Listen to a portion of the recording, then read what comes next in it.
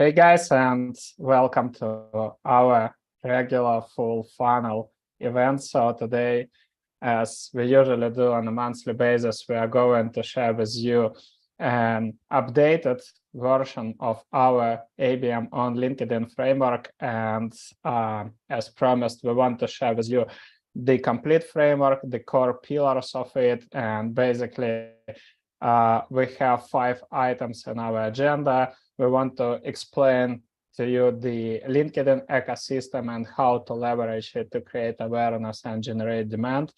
We want to demonstrate you if we can apply the word funnel. We don't like that much that word, but anyhow, we are full funnel company, right? So we need to use it somewhere. So we are going to share with you how to create a LinkedIn demand generation funnel, at least the way how we look at it. And even if it will be looking linear, just believe me, it's not linear. So it's just the way how we explain the things, but step by step. Next, we'll present the thought leadership framework, right? And how to create content fast and the most important thing, the expert content, right? The content that generates demand for your product and your services, and how you can do it even in case if you are not subject matter expert and if you don't have access to subject matter experts inside your organization, right? Because this is one of the questions that we are getting quite often with Vladimir. Also, we want to present how to recognize the buying signals and engaged accounts. And though today, I believe mostly marketers are joining us, right? This is something that you can share with your sales team. You can explain to them how to use the signals. And this is basically how you can create account-based experience in your organization, right? When everybody is involved. And finally, we want to wrap it up with presenting the planning, how to organize this process, how to make it an organized operation, not a chaotic process, just to avoid, the biased opinion that all you need to do is post something and the leads will come. Obviously, it doesn't work that way. So as always, I'm running webinars with my dear co-founder, Vladimir, who is joining me from sunny Valencia. And as always, a question to you guys, where you're all joining us from, share in the chat. Curious to see. Again, truly yours is Colin from Split, Croatia, Stuttgart, Kiev, Zurich, Istanbul, Brazil here, Barcelona, Lebanon, Nashville, Brno, Madrid, Wrocław, South Wales, Orlando, Kiev. Very cool. Very cool. Again, love to see our international audience here. And also, guys, this time the webinar would be very interactive, so we'll be involving you. That would be, let's say, we treat it as a community event. We don't want to make a boring, monologue sharing educational content. No, that should be, we all together should have some fun. Obviously, that would be 100% educational, so you need to come out with something that you can apply, but also we rely on you and we want to involve you to make it interactive and funny. So that being said, let's kick it off and let's start with how do most B2B companies run account-based marketing on LinkedIn. So I selected some examples right before this webinar. I don't want to, because probably you have seen from our content, right, that most companies are doing the gated content and then sales are doing outreach. I just collected the recent examples to explain exactly how most companies are treating account-based marketing on LinkedIn when we are asking them, right? The traditional setup is one-to-many display ads or promoted posts based on a known challenge, right? So because I had, before we started fullfunnel.io, I had my company in Poland, and probably some of you know that I'm half Polish, half Ukrainian. I saw this ad, right? So the ad is e-invoicing will become mandatory for all businesses in Poland from 2024. But the truth is the number one mistake here. I closed my Polish LLC 3 years ago. So I don't own it, but just because I had that title, right? And that I was living in Krakow these companies are still targeting me, and they're doing this for all people, I believe, who have the target title CEO, founder, whatever, right? Anything that is related to C+, right? Executives, they have, they know the problem that the companies will be using e-invoicing, and they try to onboard me that way. The truth is that when I was running, we operating in a digital space, right? And I already had I already had a solution many years ago for e-invoicing. There is nothing new. I was fed off of basically paperwork. So the ad was completely irrelevant to me, right? And the second one is that I have no clue about this company. So there is no warm-up, there is no nurturing, but basically what these companies are trying to do, they want to accumulate a bunch of accounts based on titles and regions and run these display ads. And then whenever somebody will engage with the ad, right, then this person should either book a call, book a demo, or somehow interact, right? And the companies will track all the interactions and send this to sales. And what sales are supposed to do? They're supposed to say, I'd like to join your network, and we are a software development company. I just used the recent example. I didn't have an example from that company, right? But this is exactly what the companies are supposed to do. They say, hey, I want to join your network, but the only one reason I want to join your network is because I have heard that full funnel is growing, and probably you guys have some money on your bank account that you need to basically give my company, right? Because I am business development manager, I have my sales quota, so I just need to sell you. So I'm just kidding a little bit, but that's the reality, right? So one-to-many ads and automated outreach to everybody who engages. The reality of that process, miserable pipeline and miserable marketing sourced revenue. Companies are struggling to hit a revenue quota, and these are not you might say that you might be biased, but I'm not biased, because recently we launched the State of Full Funnel Marketing Report, and if you guys have attended it, right, we did it on the 5th of April. We presented some preliminary results, interviewing almost 200 B2B tech companies. And this is exactly one of the things most companies stated, right? That this framework, this setup doesn't work. So I think enough to share the bad things. We all know that linear funnels, linear approaches don't work. Let's move to the most interesting part, right? How should companies run ABM on LinkedIn? So at this point, I'm sharing microphone to my dear co-founder, and I will check the chat and answer your questions. All right. Hello, everybody from Valencia, and let's dive into the framework. If you can move on to the next slide, Andrei. Yeah, of course.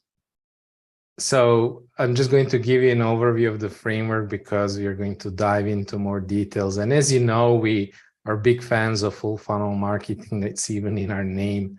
And essentially what you can see on this diagram on our ABM on LinkedIn framework is that, like with any full funnel framework, you have activities to generate awareness and demand with target accounts. So what you see in the middle is we are generating awareness and demand, and we want to generate eventually also sales qualified opportunities with target accounts, impacting the different buyers in the target accounts. This is ABM after all. But because LinkedIn is a social network, we also influence people who are who our target audience trusts and follows, right? So that's what you see in the middle.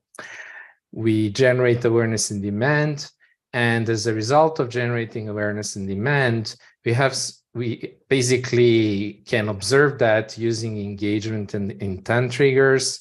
And why LinkedIn is especially awesome when it comes to engagement and intent triggers is that you can observe them on an individual level. So not just on the level of the account, but on the level of the person. And then we use those engagement intent triggers to prioritize the accounts that are showing engagement and intent and start accelerating that demand and capturing it using a number of different activities. So that's kind of a big overview of the framework, and we're going to dive into details. Now, we don't have the time to dive into all the details. We wanted to take kind of the 80-20, like the 20% of activities that will generate 80% of results. And because Andre promised you, so we have to do it, Andre promised you that we'll make it interactive. Will take a bit more time, but hopefully will be also much more impactful and entertaining for you. All right, so let's start with the number one core pillar. We call it thought leadership on LinkedIn. Essentially, it is about sharing a standout expertise content that, on the one hand, is very much related to what your buyers are struggling with. It's answering the questions that they have as they move through the buyer journey. And on the other hand, it is demonstrating your expertise. It has an opinion, it has a point of view, it is related to the way that your unique way of approaching their problems, and, you know, related obviously also to your solution, right? So that's why we call it thought leadership content, to make a difference between just sharing any content for the sake of engagement, or sharing, you know, content which is unfortunately how a lot of B2B companies do it, which is basically self-promotional content about their company news, maybe content about their product, etc., etc. And as you can see, there is a lot of awareness and demand that is being generated by that. So with that, I just wanted to ask you, like, how many of you have actually learned about full funnel by seeing content that we share online? So please let us know in the chat if this is how you learned about us, or otherwise, I'm curious if that's not the case. I would like to hear how you heard about us otherwise, but I see a lot of, okay, there was one referral. There was one referral, but the vast majority of people here attending this webinar have actually learned about us via LinkedIn, right? Yeah, let's do attribution session. You just need to ask the number one question from the Full Funnel Summit. How did you hear about us? So instead of open field on our website, we create an open field in a Zoom chat. All right, so that's clear, right? Now, if you can move on to the next slide, Andre. Just a quick note. Yeah, I wanted you to refresh the slides. That was a mistake, right?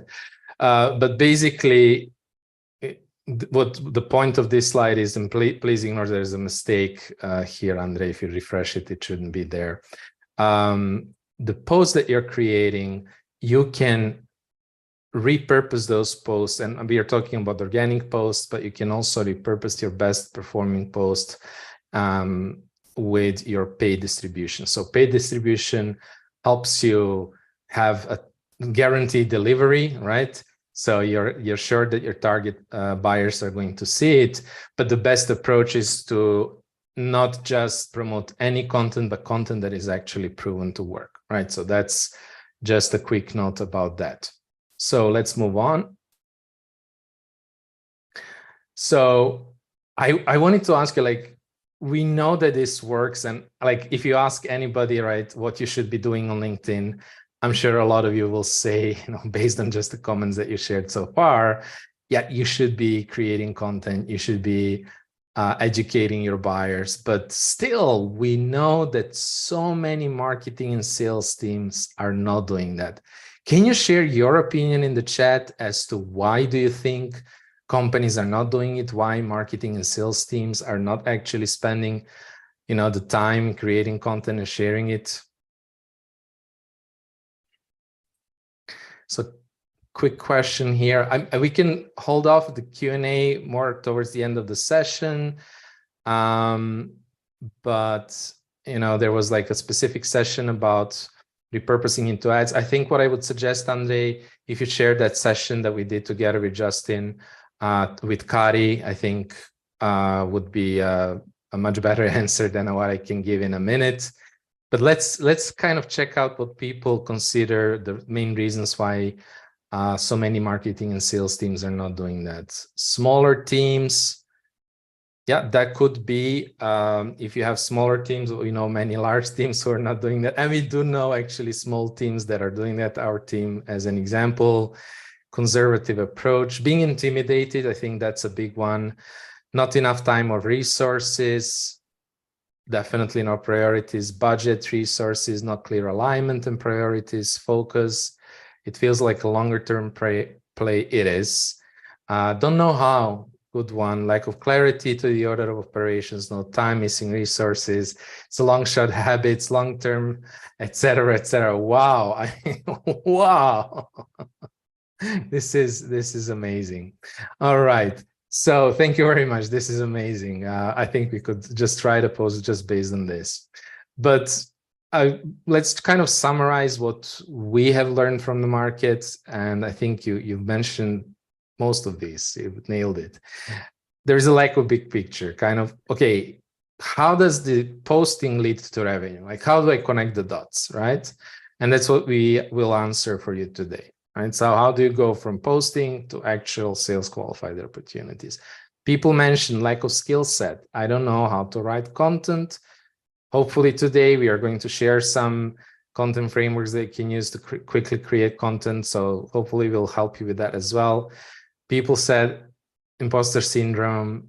I have nothing to share. Who am I? Who will listen to me? It's something that everybody feels at the beginning and it goes away with practice. Lack of patience, like people said, it's a long-term game. It's not going to happen tomorrow, right? I think we can talk about it a bit later, but I think having commitment, I think as little as 4 weeks, I think you will already start to see the results and it become much more easy than at the beginning. But that's how at least it worked for me. I remember then some other reasons that we see in the market, if you can switch. People mention this very frequently today in the comments, time or priority. I don't have time to write and distribute the content. In other words, it isn't a priority. And I remember thinking the same. I really remember thinking the same. But, just looking back and reflecting on this, if I knew at the end, it's not really about time, it is about the priority, but priority, it is about impact, right? So we are talking about, at the end, it is about the ROI.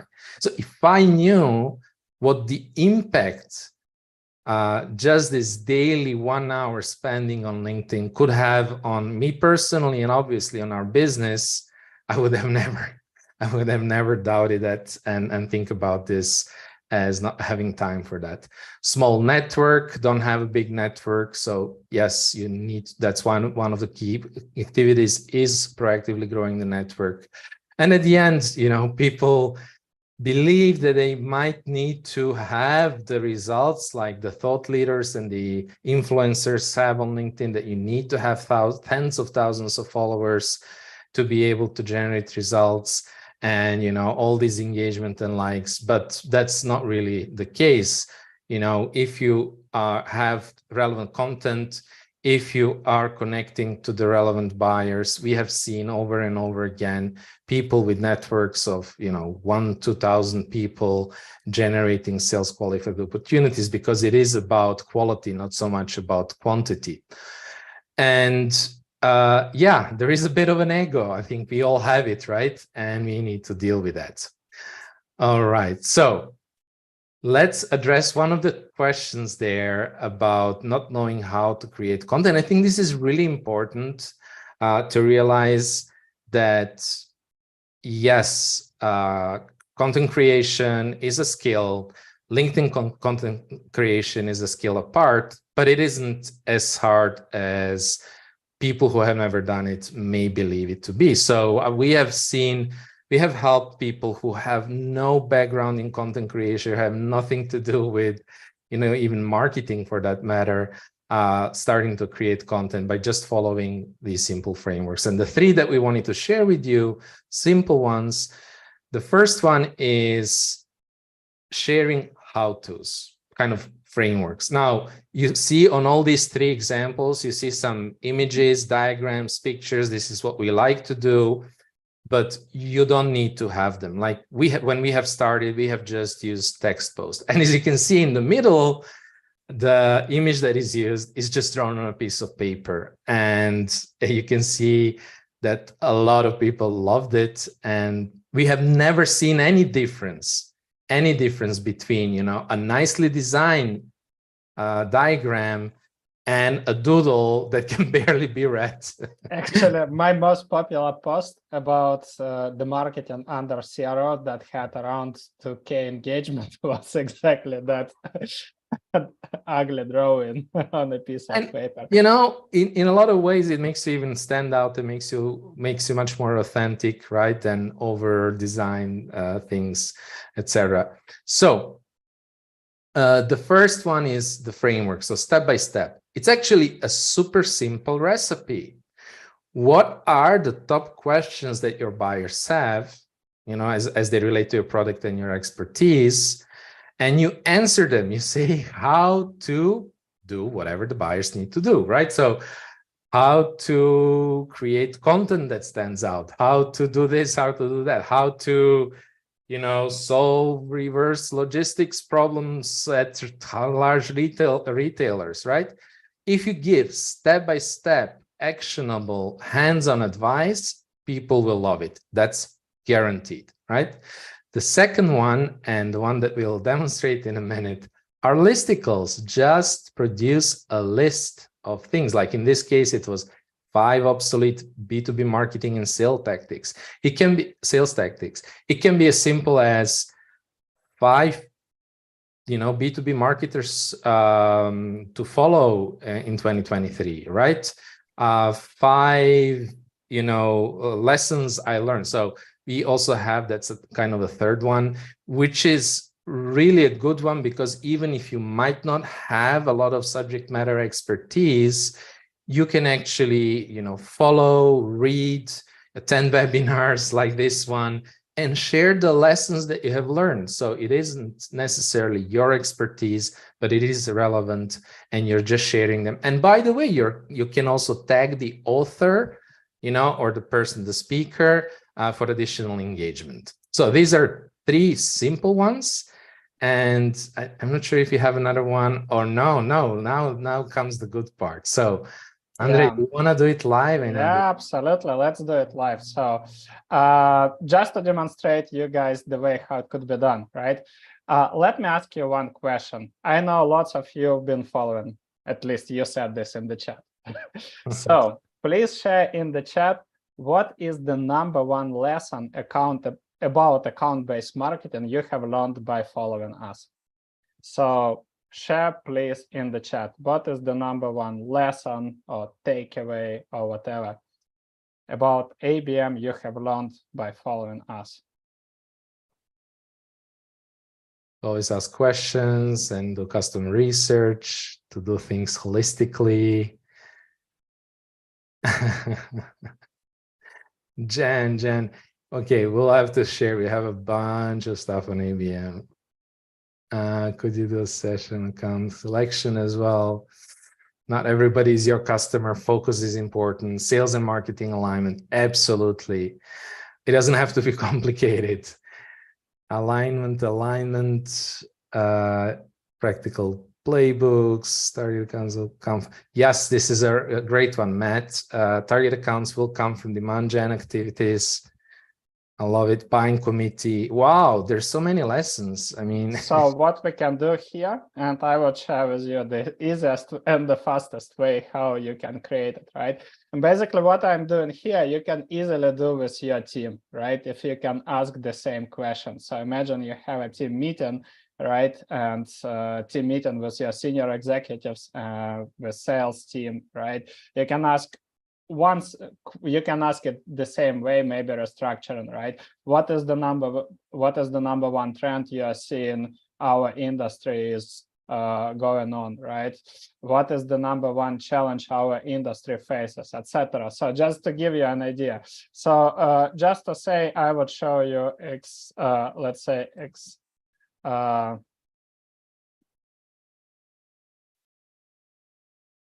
so X lessons about account-based marketing. in 2023 shared by Trenches community. And then just to give you an example, so let me copy your replies. So Justin Thomas.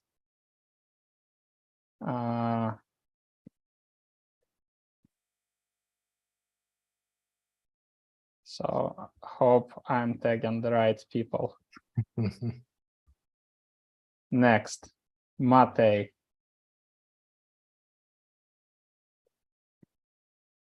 Not that Justin. Did I make the mistake? It seems so, yeah. Justin, do you want to quickly drop your LinkedIn profile? Yeah, that would be. Yeah, we have it.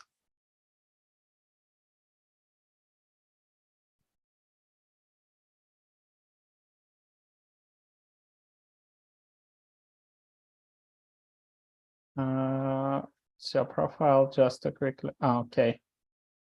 Why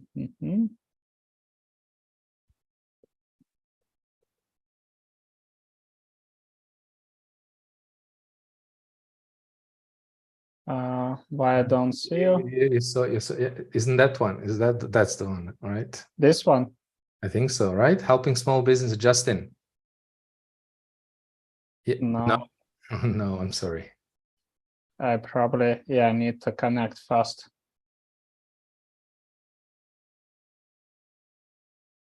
Okay, anyhow, so let's see what else, Elena.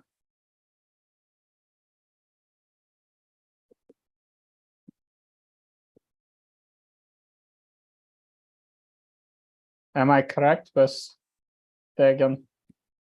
Yeah, just let us know if we make a mistake in tagging. Okay, so Matt, if you can drop your account, so I will tag you.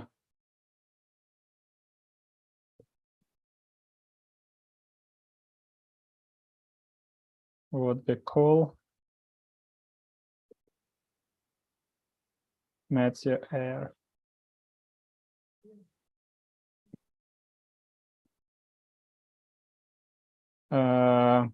First one.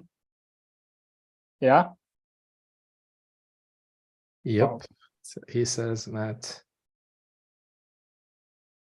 Matt, where was your comment? Best. Okay, so Justin. Yeah, okay, here we go. Now should be good. Taken 7. Katia, Irina.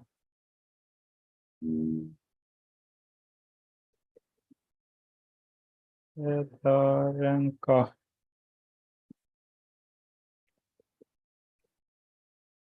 And let me do it quickly.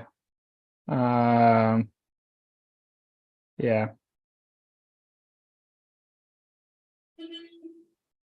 John Christopher. So you probably got the idea, John Christopher Murray. Can't Is see it CH? Christopher with CH. Okay.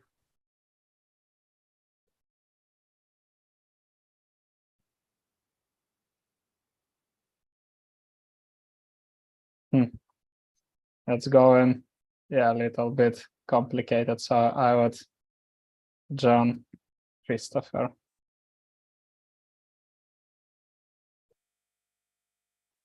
And okay, cool. So let's do it like this, and you can just summarize it with, let's say, the key takeaway.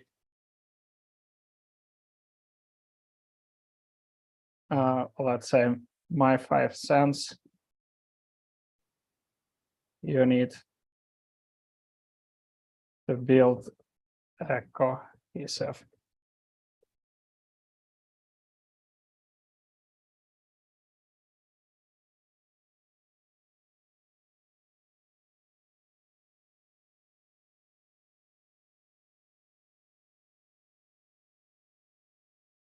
something like this. I just wanted to make it fast and just to share with you the process, right? And here we go. So that's the way, right? So you can do it. Maybe I didn't add 8 lessons. Yeah, I didn't. Yeah, that's true. My bad. So No problem. Let me quickly edit it.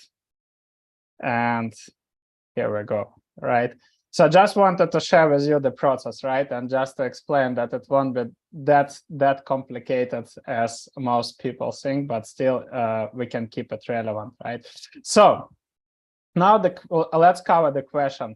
What if I'm not a subject matter expert, right? That was the first example. So you can involve everybody from your company. Now, in some cases, you can, in some cases, you have subject matter expert. Maybe if you are selling to technical audience, right, you can involve somebody from your product team, from your engineering team. And what you really need to know, you need, obviously, you need to nail down the fundamentals. You need to have a crystal clear ideal customer profile. You need to understand the buying journey. And you need to create something what we call the map of informational needs, basically a list of questions your buyers have at different stages of their buying journey, right? Your thought leadership program should be basically aligned with it. The easiest way to create expertise content, the relevant content that basically nurtures target accounts, is by answering these questions, right? And one of the easiest ways to do it, collect these questions, interviewing your subject matter expert and creating a content about it, right? So like in this case, 6 reasons why fintech companies fail to deliver value from data investments, right? So the person is not a subject matter expert, but this person knows the questions the buyers are genuinely interested in, interviews the technical leader, and creates content based on these interviews. Next one, interview industry thought leaders, right? So that's another way. So sharing this example coming from one of our clients, right? Also didn't have a big network, and to compensate the lack of industry knowledge, you can the same if you don't have access to subject matter experts inside your organization for different reasons, right? Business, whatever it is. You can interview industry thought leaders and basically compensate the lack of knowledge, like in this case, and you can see that the content got a fantastic engagement. And another one is commenting on industry trends, right? There is always something happening in your industry. Maybe you don't have time to create the content from scratch, right? But you can leverage these insights. You can add your take, your point of view about what's going on, or you can curate, right, these insights and you can share the curated content. So these are 3 ways that shouldn't block you and still help you to be relevant and create the content that basically attracts the attention. Why we are doing this? Because ultimately people are buying from people they know, like, and trust. And instead of being, let's say, perceived as yet another vendor, right? What we want to do is we want to build the trust and gain credibility beforehand. We want to create that engagement so later we can use, and I mean as an organization, not separating now marketing from sales, right? So later we can connect with the target buyers and expect a higher reply rate, higher engagement rate, and opportunities. That being said, let's move to pillar number 2, multi-threaded engagement, which is, aside from the thought leadership, the second most important pillar in the framework. And I think this is probably one of the most underused, underutilized ways to really make a quick impact and engage and connect to your target buyers. So let's dive into this. Now, let's if you can switch to the next slide, Andre. Just explain what we mean by multi-threaded, right? So the idea is the following. If you know, as you know, and somebody mentioned today in the comments, when you are targeting accounts, there was a new study that came out that on average, depending on the size of the deal and size of the company, but there are on average like 14 different buyers. That's actually the latest study that we have heard during our full funnel B2B marketing summit in the buying committee. So when you're selling a mid-market enterprise, you have different buyers that have different types of roles that are buying. And the idea with the so-called multi-threaded engagement is that you assign different buyer roles to different team members, right? So maybe somebody who is technical might be engaging with technical buyers, maybe an executive or somebody, let's say, higher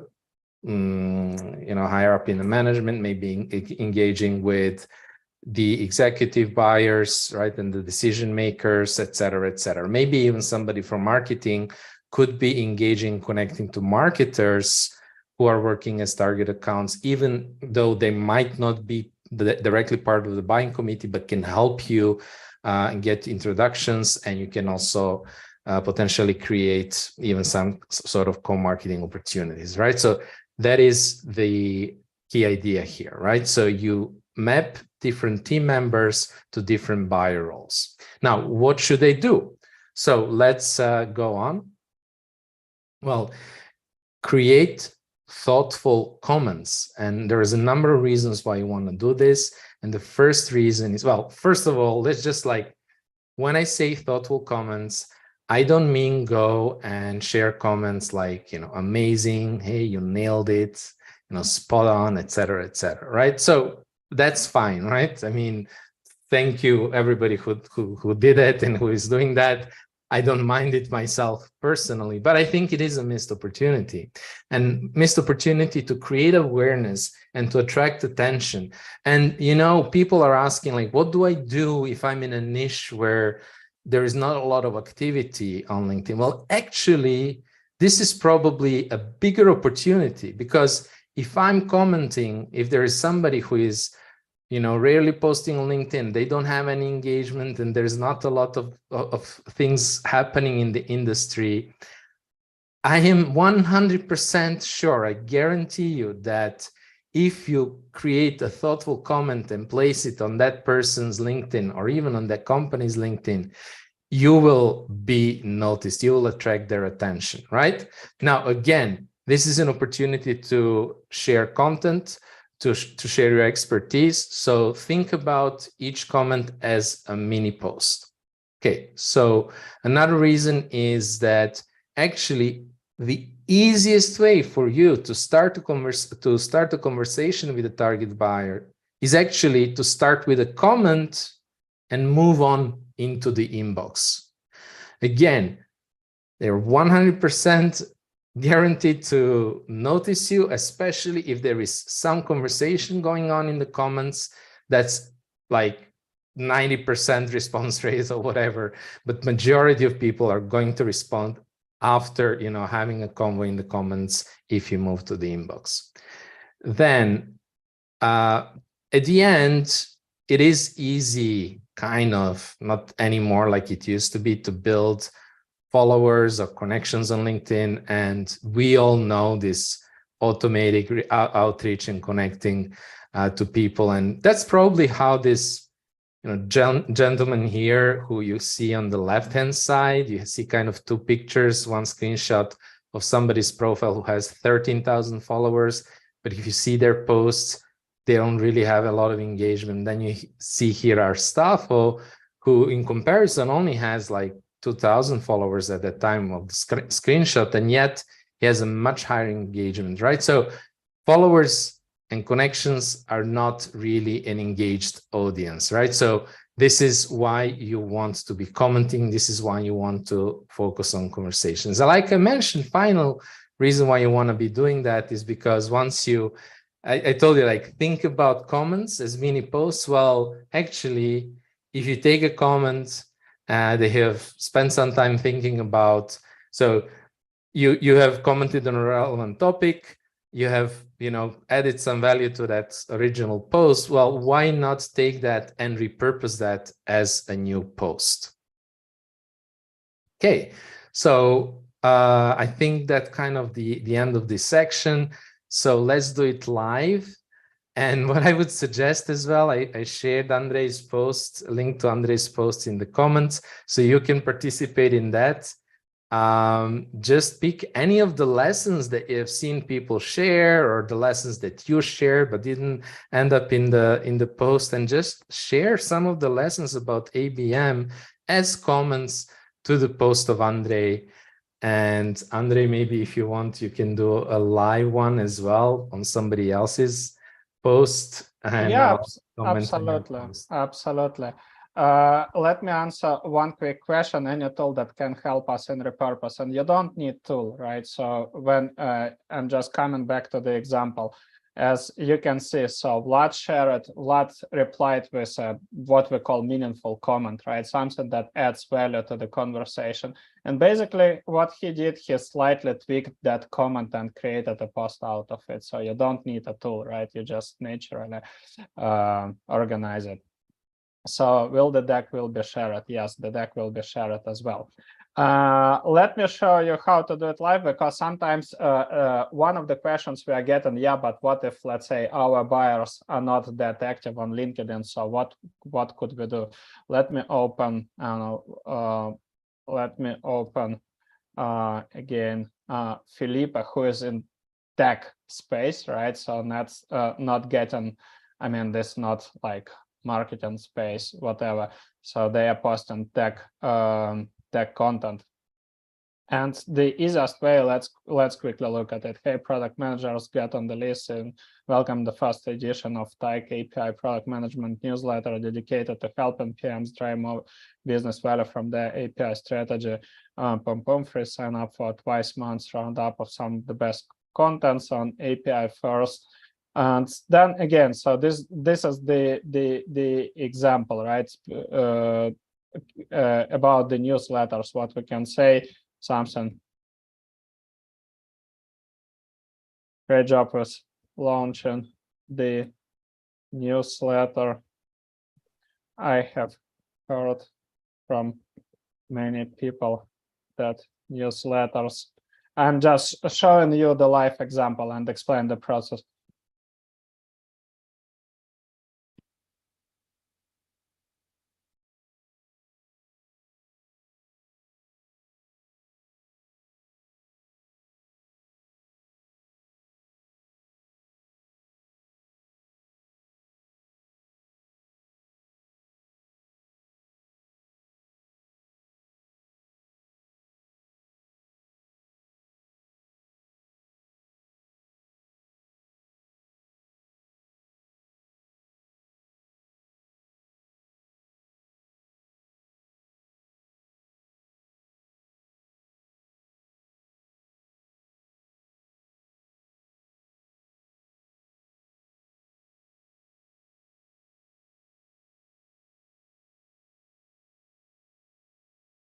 So basically, this is the idea, right?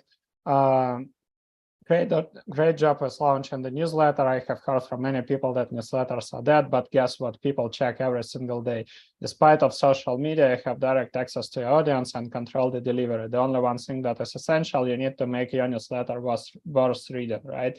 And that's a good way to have the comment. And based on this comment, you can, I mean, I expect that Felipe will reply. So the next step, you can proceed to the conversation, chatting about, so what are your plans with the newsletter? How are you going to promote it, etc. Right?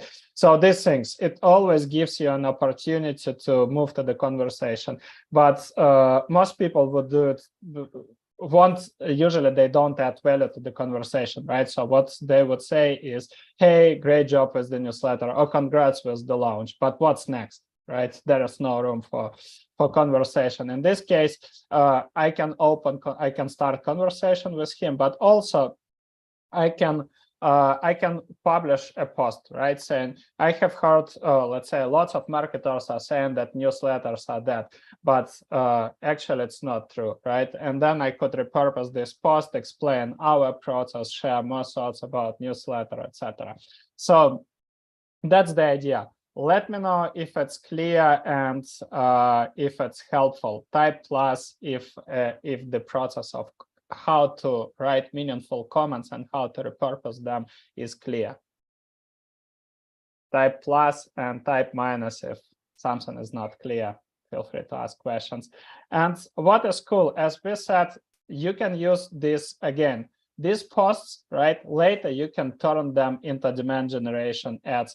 And during the Q&A, if you will remind me, I will share with you even a cool feature that you can use, all right? You can do it directly in LinkedIn, or you can use also intent-based software. I can quickly share with you how it might work and how you can set up. How do you engage with people who post comments like "great job" but are your target buyers? So if if somebody will, if somebody will comment on my post "great job," right, and this is a target buyer, then I would reach out and start the conversation. But basically, we wanted to cover it a little bit later. So I would start, let's say, if that was a post about account-based marketing, right? I might ask, I would say, thanks a lot for engaging with my content about whatever was the topic.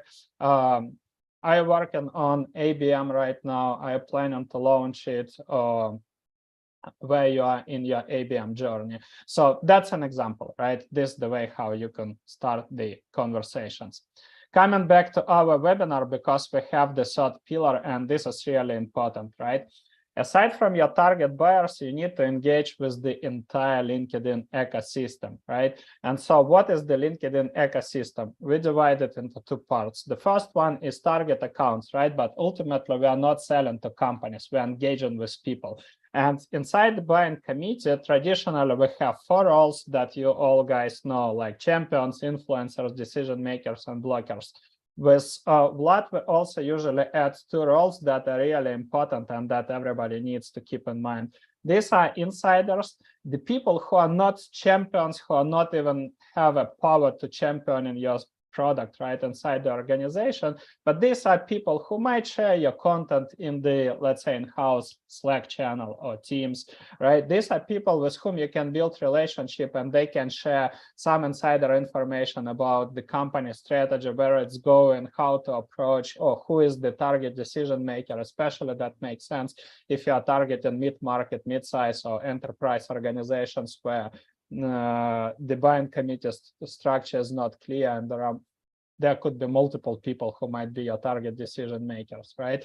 And connectors, these are the people who can connect you with relevant people, right? Maybe your client success manager is connected to the client success manager from that organization because of content, right? And this person can connect let's say your account executive to account executive or to target decision maker from the organization. So just sharing with you a few ideas how it might work, right? That's the first part. And the second part is the ecosystem that consists of niche media, engagers, partner brands, and industry influencers. Why you need to grow your audience with these people and also engage with them, because this is how the algorithm works, right? You engage with people and you become noticed. Quite often we are hearing also from potential buyers. They say, hey, so I saw your comment to Chris Walker's post or Pep Slayer post, right, about this. Your comment was really smart, so I started to follow you and enjoy the content. That's exactly the point, right? We need to understand who is also serving your target ICP, right? Your target buyers, whom they are following. And by engaging with these audiences, you are maximizing the chances to being discovered, right? Also, it helps to distribute your content to specific buyers, right? And get this organic target reach. So this is an example, right? Again, Jess Cook, second-degree connection. Jonathan Blunt likes this, right? And also on the only one reason why we are seeing this content, right, from the second-degree connection is just because Jonathan, who is our long-term friend, engaged with her content, right? So that's how your content could be discovered. And at the same time, on the right side, you can see the live proof, right? So I don't recall who commented on your ABM on LinkedIn post for it to show up in my feed, but I'm so glad it did it, right? So that's exactly the point, right? Why we are doing it. We exposure our reach, and we exposure our chances to be not only to be discovered by target accounts, but also to nurture the accounts that we are already targeting. And the most important part, right? Why we are doing all of this? Because this creates for us the engagement triggers, right? So people could engage with your content, people could visit your profile, right? People could leave the comments, and this all gives you a fantastic opportunity, right, to start the conversation. Like in this case, thanks for engaging with my recent post about ABM on LinkedIn. I was curious if this is something you're in charge of at Nagios. We have lots of resources, happy to share and help, right?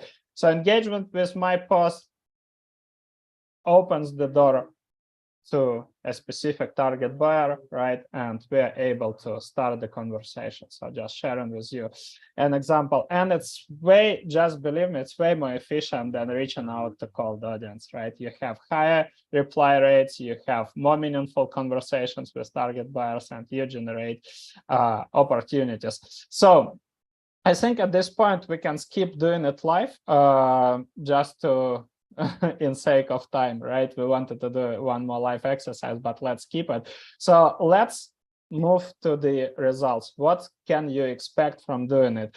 I would just quickly, Vlad, if you don't mind, I will come back to our framework to show it again, right? So we have three most important pillars, right, that help you to create awareness and demand. You need to interact with your target audience and LinkedIn ecosystem that is in the middle, right? Your content could be repurposed, and then you can use it in paid distribution. And the way how you can match it in account-based marketing, right? If you do an appropriate account research, I saw that I forgot who asked that question, but I would quickly explain it, right? When you do account research and you know what are the potential needs of specific account, right? You can group these accounts by different needs, right? And do one to few ads targeting, right? So you can promote specific content that is aligned with the needs of a specific group of target accounts based on their buying journey stage. Then we track engagement and intent triggers, right? Engagement with the content, attending your events, connecting, visiting your profile, checking your content hubs if you're having this, right? Checking the key pages on your website like pricing, case studies, book a demo, etc. And based on this, you can use these insights to start capturing the demand. So you can do the retargeting, right, with maybe promoting the use cases, customer stories, etc. You can do more proactive engagement with your sales team, right, doing the social selling, starting conversations, etc. So this is how the framework looks holistically. Now let's come to the results section. All right, so wanted to quickly share 8 different kinds of results that you can expect on LinkedIn. You don't get them all of them right from the start. So just quickly comment on them. The first one is brand awareness. You can generate an enormous awareness of your brand, of not just people getting to know your company based on some ads, but actually starting to know you for your expertise, linking your name and your company's name with, for example, in our case, with ABM or whatever is that you're solving for your buyers. Next, you can, and the example that you see here, I'm sorry, maybe the example you can see is just like from one of our profiles over 1 year, how many people have seen our content. But even more interesting, if you even just take just one of the posts and check the kind of companies that are seeing your post, it's even more interesting because that's what it is about. And it doesn't have to be too many, but you want to start seeing the relevant companies and relevant buyers. By the way, these are not companies where the buyers have engaged with their content. Like, I haven't seen that many people from Amazon, Accenture, or Deloitte commenting, but they are lurking and they're looking. And a lot of times people, especially like decision makers, senior buyers, are just lurkers. Let's go on, Andre. The second one is so-called dark social.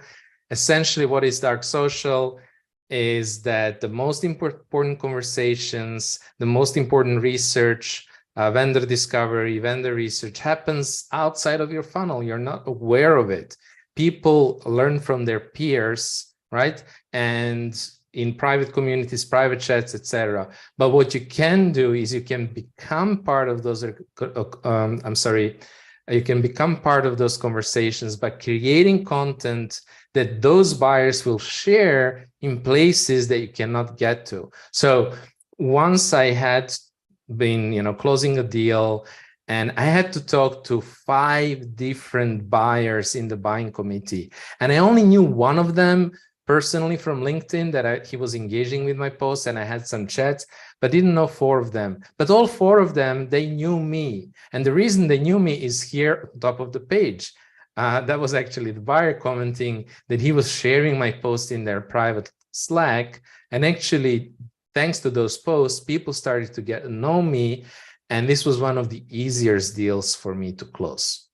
Maybe next is inbound pipeline and revenue. This is not something that happens immediately. It will take some time. What usually will happen is that if you're already connected with, people from your network that you maybe know from before, etc., and you start doing these LinkedIn activities, you might see them reaching out to you because you're going to remind them, it becomes relevant to them. And they say, oh, okay, so I remember you, I should reach out to you. But after a quarter or 2, you should also start seeing actual inbound opportunities. Actually, I think we have so far, starting as an unknown brand, generating more than 200 inbound opportunities just from LinkedIn alone, and majority of inbound pipeline mentions that I've heard about us on LinkedIn. Next, another one is nurturing. LinkedIn is probably, like, when you talk about nurturing, people think of 5-step email sequences and things like that. But actually, when it comes to nurturing, it is about being on top of mind of your buyers, keeping them educated, appearing on their radar until they are ready to buy. And actually, when we look back and analyze our own pipeline, we saw that buyers haven't just discovered us today on LinkedIn or wherever and reached out to us, but they have been following us for a while, usually via different channels, but LinkedIn was the main channel that never let them forget about us. The next one is, Andre already shared this. Unfortunately, we didn't have time to do this live. This is something that we see. This is probably the best kept secrets of LinkedIn: engagement-based outreach. Being able to reach out to people based on engagement will guarantee 10x your response rates. And even better, much better than just having much better response rates, is that you will actually be able to start a very relevant conversation. And then after a while, you will start getting free PR. And what do we mean by that?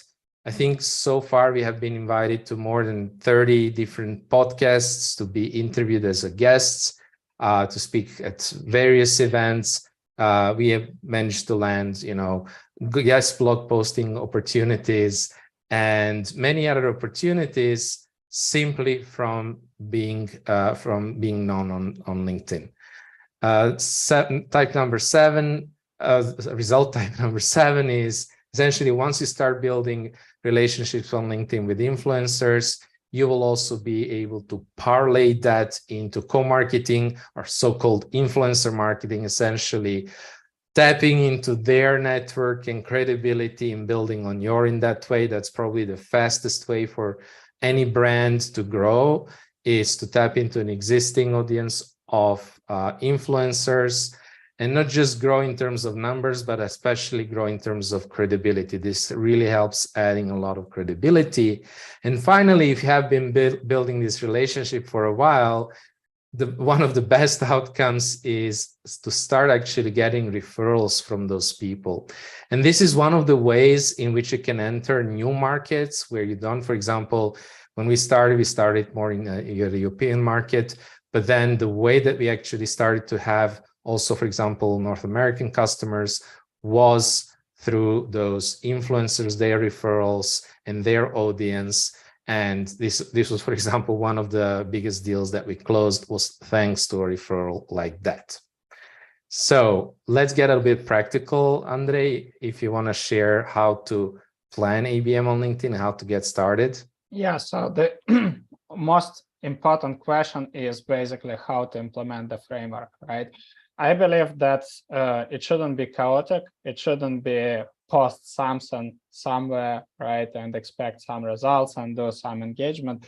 You need to plan it. You need to have a structured approach. And the way how we look at it, so first of all, you start with weekly pillars, right? You define the key activities that you want to do, and it could be growing network with target buyers, right? How many buyers do you want to connect on a weekly basis, right? How many times do you want to post? How many meaningful comments do you want to leave, right? And how many non-sales touches do you want to have in your routine, right? And this is both for marketing and sales teams, because marketers can, I can't emphasize enough on the opportunity that marketers have when they are creating and engaging with their peers. Quite often, peer-to-peer engagement creates meaningful interactions, and then marketers can gain additional insider information they can share with sales, right? This information can help to refine the ABM messaging. So it's really essential for both teams. And the next one, book the time in your calendar. So if you want the things to happen, you need to book a time for it. And the only one thing that we have seen from years of doing it, right, is when the pilot team, and the pilot team, you know our approach, one marketer, one SDR is enough to start the pilot campaign, right? So these two people book time in their calendar, they get a buy-in and support from executives, so everybody knows that on these specific days, at this specific time, this specific pilot team will be working on this activity. This is the only one thing to make things, to move the things forward, right? Make sure that you have this in your calendar, make sure that you work on it, make sure that you present the results and onboard everybody on how the things are going. Otherwise, it won't happen. Don't just give it a chance. If you want, let's say, our recommendation is booking 1 hour per day for all 4 pillars, right? You can structure it differently. You can do let's say 2 weekly posts, and for the rest of the days you just do meaningful comments and growing the network, non-sales touches, etc., right? You decide. If you can allocate more time, that's really cool, but I think that in most companies it's not really possible for pilot motion. That is not proven. So let's say if you will be able to allocate 3 hours on a weekly basis, that's already a huge success, right? But just make sure that this is the same way like you're going to gym, always sharing this example, right? You're doing this on specific days, on specific time. The same is with this operation until you'll get traction and can present the results to your stakeholders. And this is how your Saturday's launch plan might look like. Want to cover this one, Vlad? Absolutely. So this is actually a plan that we use every time with our clients. We use it in our trainings as well. Essentially, the idea is the following. You take 30 days.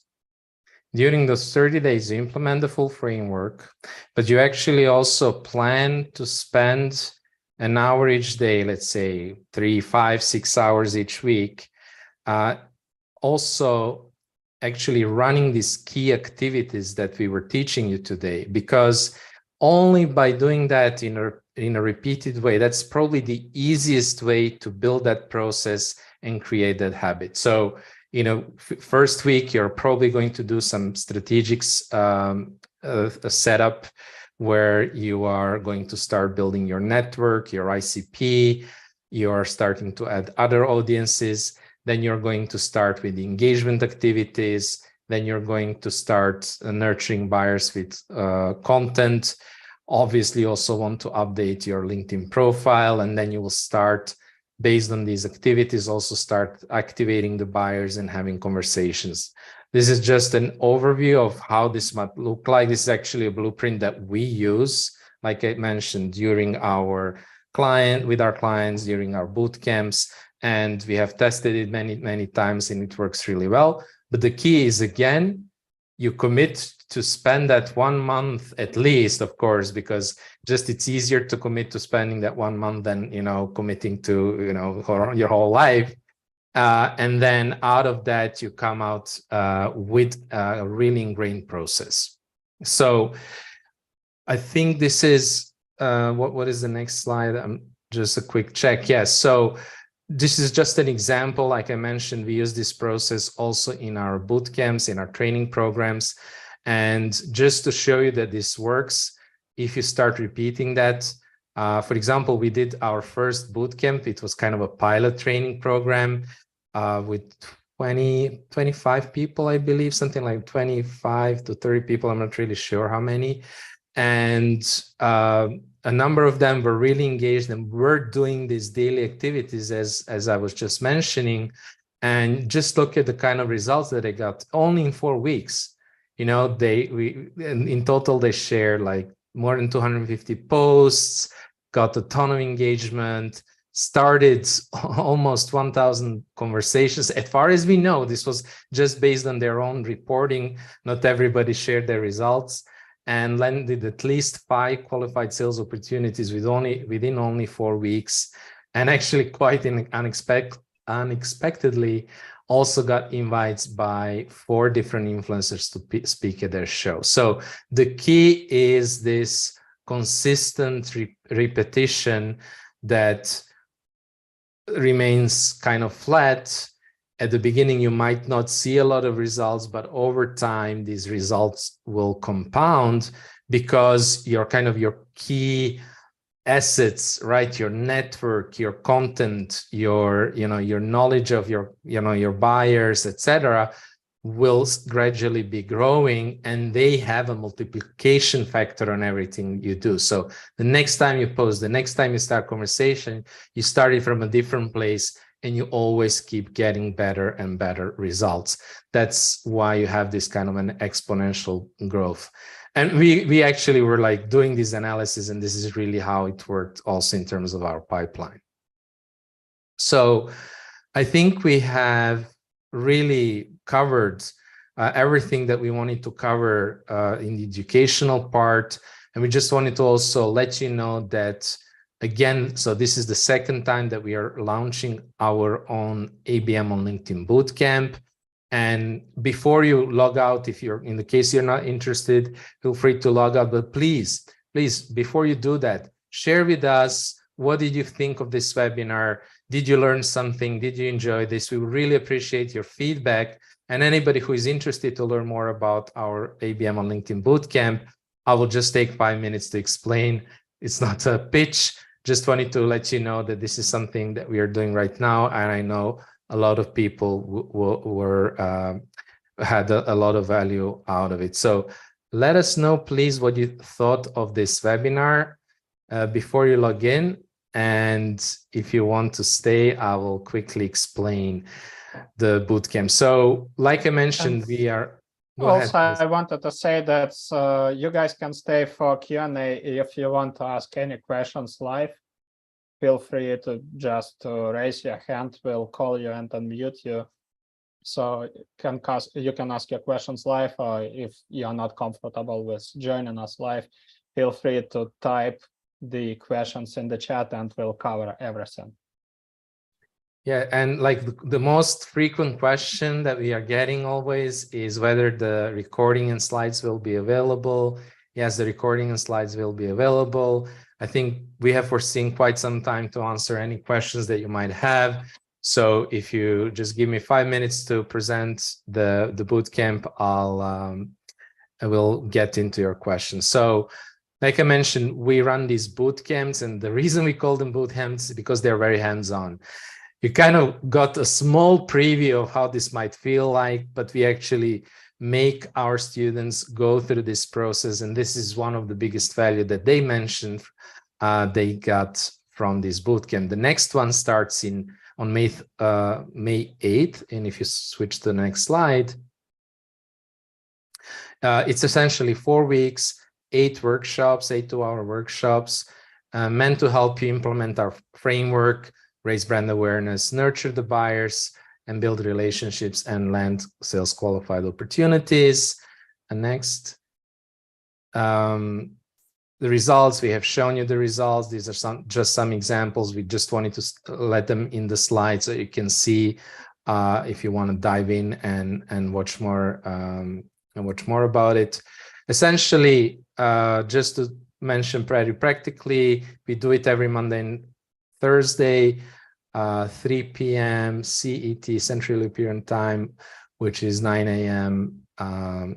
Eastern Time for our North American friends. And all the sessions get recorded. You get lifetime access to all the sessions, all the templates, examples. We have a ton of that.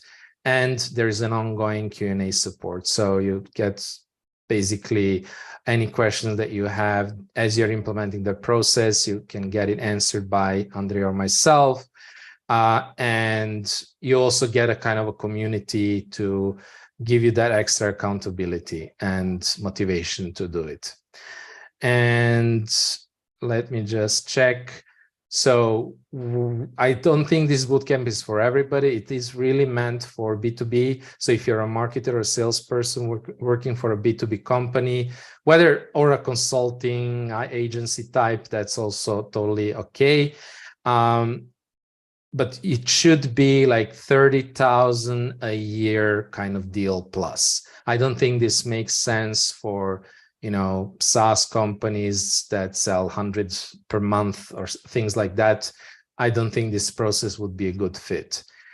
If you're struggling to get, on the one hand, your brand being recognized by your target buyers, not having demand for your product, this would be a good fit. And if you have tried to do LinkedIn, but you're failing to do it consistently, or you're struggling to get your messages or your content noticed, I think this is definitely a good fit as well. And the next one is the outcomes. I think we spoke a lot about the outcomes, and I think we can so I'm seeing your... Yeah, I know. Yes, we spoke a lot about the outcomes, but I think the main outcome is really this habit and routine, right? So obviously, improve brand awareness, starting conversations, having your own content framework that you can keep on, posting on LinkedIn and all of these nice things. But at the end, everything is not going to be worth unless you really implement that process. And I think this is probably one of the reasons why you want to join this live and do it as a part of the community, is because of exactly that, right? And then I think maybe there's just one more. Okay, you can read about those experiences if you're interested. They're all on the landing page. I don't think we need to go into that. But I wanted to just mention one more thing before we jump into questions, and that is that we do have a kind of promotion running until Friday, early bird pricing if you want. So until Friday midnight, I believe. I don't know how we set it up, but essentially on Saturday morning, we are going to up the price by $200. So in case you're interested, I think Andre shared the link to the landing page. Check it out. And anyhow, ask us any questions that you might have about the bootcamp, or otherwise, we are going to be happy to take them. Yes, so let's cover the question. Question from Tamara, question on thought leadership. How do you think about striking a balance between sharing useful and detailed content, but not giving away too much info for free? Example for companies with more sales like GTM motion, where you want to focus more on gated lead magnet content. So that's the point. I would share with you my opinion. Blood probably will drop 5 cents as well about it. So the first thing, there is the one thing that you don't need to be afraid is that you can give all your knowledge. And honestly, if you guys are following us on LinkedIn, just compare, let's say, the content that we are publishing on LinkedIn to the majority of content you see about account-based marketing. I'm not saying about evaluating it, but just compare, right? So we always try to share structured frameworks. We want to explain it simple, right? We want to create step-by-step processes. We do we do the same way at the podcasts, right? We always share detailed case studies, not just saying, hey, company reached us out, we did ABM, they generated 5 million in revenue, right? But the question that you might be wondering, how, right? We always share how. The truth is that the majority of companies, point number 8, they will never see your content, or they might see and just forget about this content tomorrow. The second one, the majority of people will never take an action on your content. But the most important point here, then when people experience ungated, the same like you've been following us, right? So that's why you decided to attend the webinar. Some of you might just decide to enroll in our bootcamp. Let's say a tiny part of people who attended the webinar might become our clients, right?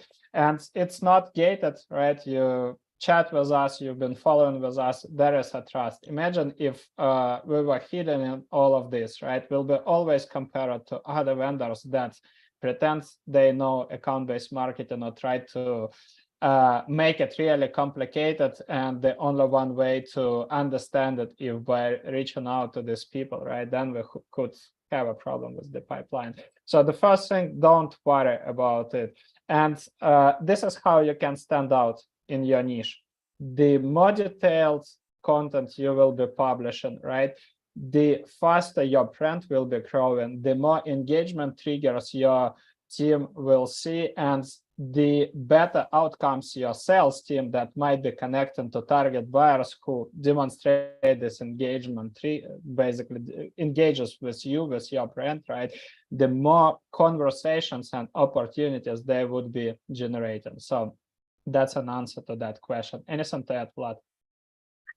No, I think that essentially, if you think about it from the perspective of buyers, right? So the buyers, what they want is they want to understand, and they are doing majority of their buying journey and educating themselves about the solution beforehand, before talking to the salespeople. So what they want is they want to get their questions answered. And if you don't answer their questions, somebody else will. That's kind of one way to look at it. So the more questions that you can answer, the more you can educate them, the more you can actually also influence, also not just them personally and maybe their colleagues, but you can actually start influencing their purchase criteria, essentially. Once you start educating them about the best way to do X, you can start actually to influence their purchase criteria and actually increase the odds of you being the one, not just being considered, but actually finally selected. So there is a lot to be gained and little to be lost. Little to be lost, like, Andrei shared this with you, and we are a knowledge company. All we are selling is our knowledge. And we still give most of our knowledge away. And, people in most cases are just not going to take all of that and run away and implement. And if they want to do that, that's probably they're not your ideal buyer. That's probably the case.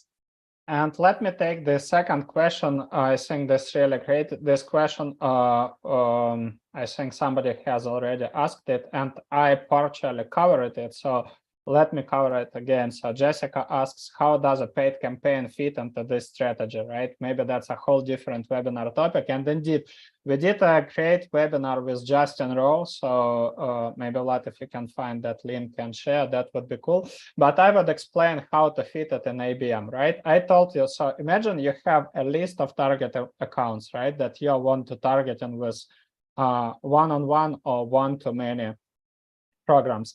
Typically, depending on how many products you are selling, but let's keep it simple. Let's say you have one product, right? And you have different use cases or different challenges your product being used by your target accounts, right? So the next point is running account research and understanding where these buyers are in their buying journey, right? So again, we have a fantastic webinar. We covered how to do it. Maybe if you can find that one as well, share please, Vlad. But generally speaking, you collect the insights and you understand, okay, so let's say we have 10 or 15 accounts in one-on-one programs, tier 1, right? And we have, let's say, 50 accounts in one to few programs. So then you do the account research and you understand that these accounts are on different buying journey stages. So among the 50 accounts in tier 2, you have 10 accounts that are in their, let's say, in the beginning of their buying journey. They're just collecting the content about the different challenges, right? Maybe something has happened in their business. So let's say in our case, the company doesn't hit a revenue quota for a long time. So I will give you a more precise example, right? The company doesn't hit a revenue quota for a long time. The company dissatisfied with, let's say, performance marketing. The cost per lead and cost per click is drastically growing and sales is not hitting the revenue quota. They do the analysis and they see that they have low win rates, right? And marketing and sales are working in silos. Typical challenge, right? Lots of companies are facing this. So they start looking for different solutions and occasionally they discover account-based marketing, right? This is the early beginning of their journey. They're not considering account-based marketing, demand generation, lead generation. So they're seeking the solutions to their challenge, right? What actually we need to do, right? So at this point, coming back to the content, right? So let's imagine you have published the content where you cover this topic. So let's say the reasons why your marketing and sales teams are working in silos and how to fix it, right? Whatever, how to grow in 2023 if you are dealing with this and that. So several ideas and solutions. You see where I'm going with this, right? You pick up that content and you start mapping it out with the buying journey. Then you can basically in LinkedIn, you can upload the list of accounts that you want to target, right? You select the target roles and you start boosting your content to these specific roles. Or there is another feature. So let's say if you want, I'm sharing the, let's say, one-time process if you do a pilot motion, but on the operationalization level, let me show you even a better examples of how you can do it. So we use Albacross, and by the way, guys, we have officially partnered with Albacross, so they promise to give the discounts to all our network. So if you are interested and you need that solution, just DM me. I will make an intro to Albacross team so your team can get a discount. So what Albacross has, they have really cool features. And if you'll go to workflow, let me show you. So you see, they have LinkedIn matched audience. I would show you. So basically what you can do, you can retarget high intent accounts. And what are the high intent accounts? So in our case, we have this, I would share you with you, right? High intent source to ABM. So these are the companies, we have these filters, the target markets, target verticals, the engagement, right? How much time did they spend on our website? So some of these companies are already qualified and the tiers are assigned, etc. Right? And what you can do next, you can basically you can match. You can set up different filters based on the buying journey here, right? And then you can transfer, you can make this matching in LinkedIn. And let's say just opening this company, right? So let's say Philips 66. So these guys are engaging with go-to-market strategy guide, with ideal customer profile guide, ABM campaign, and ABM strategy, right? So my assumption is that the company is rethinking their ICP. I'm just sharing with you the way how we can make the hypothesis, right?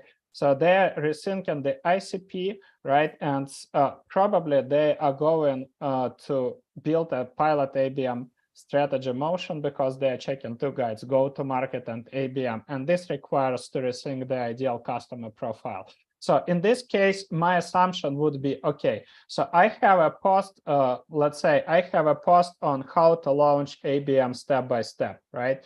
So I would use that post as a first targeting, right? If they engage with the post, if they engage with the post, I might be sharing additional case studies as we have, let's say, on our website. If you'll go to B2B Content Hub, we have actually a bunch of them, right? So maybe I might be boosting that case study, 9 sales opportunities and 10x ACV from LinkedIn, or maybe I can share, or maybe I would be targeting this case study ABM campaign that generated 300K, or let's say on Work With Us, we have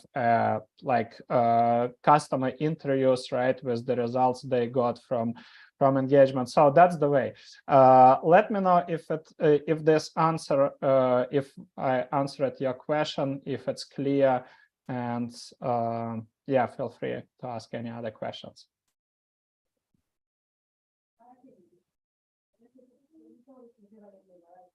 Let me know, please, Jessica, if that was a good answer. Yeah, cool. So happy to. I just wanted to make it practical, right? Really fast. I could just make it theoretical, but just wanted to share a few examples and just explain how the content could be mapped. The key point, I have heard one person DM'd me and said, yeah, so you guys for 30 minutes spoke about creating content on LinkedIn, but whereas actual ABM, but that's exactly the point, right?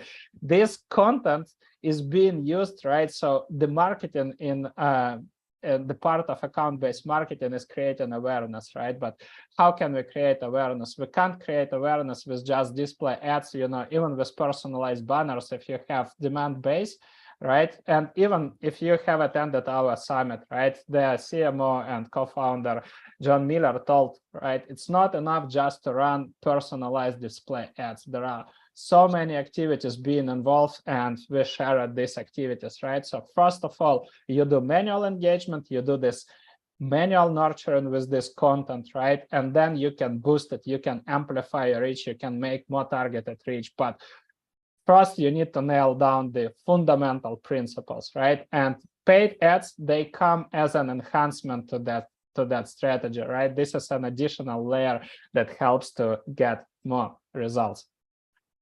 Well, I think we have covered all the questions. There was one more question about the bootcamp and if we have an offer for the teams. Yes, we do. And actually, we have this on the website, right? So let me open this one. And basically, we have that package for the teams. You can sign up, right? We have for maximum 3 people, or if you want to enroll a bigger team, no seat limit, 2 consultations, one-on-one feedback, right? So this one. And another question about the price, correct. So the usual price for the boot camps is 1K. This is our standard price. And aside from ABM strategy, because that's boot camp is longer and more intensive, but all other boot camps, they're usually 1K. And we do the early bird price. And so you can sign up with $800 before Saturday, or more precisely Friday's midnight, right? And then the price will go up. That's it. It seems that we have covered everything. Thank you so much, guys, for your time. And thanks a lot for the feedback. It was a pleasure to working with you. It was really nice and interactive today. Also was great to hear all of your learnings and takeaways and creating this, let's say, collaborative post together was my second post of the day. And yeah, appreciate your engagement and see you very soon during our next Full Funnel Live events. Cheers. Take care. Thank you very much.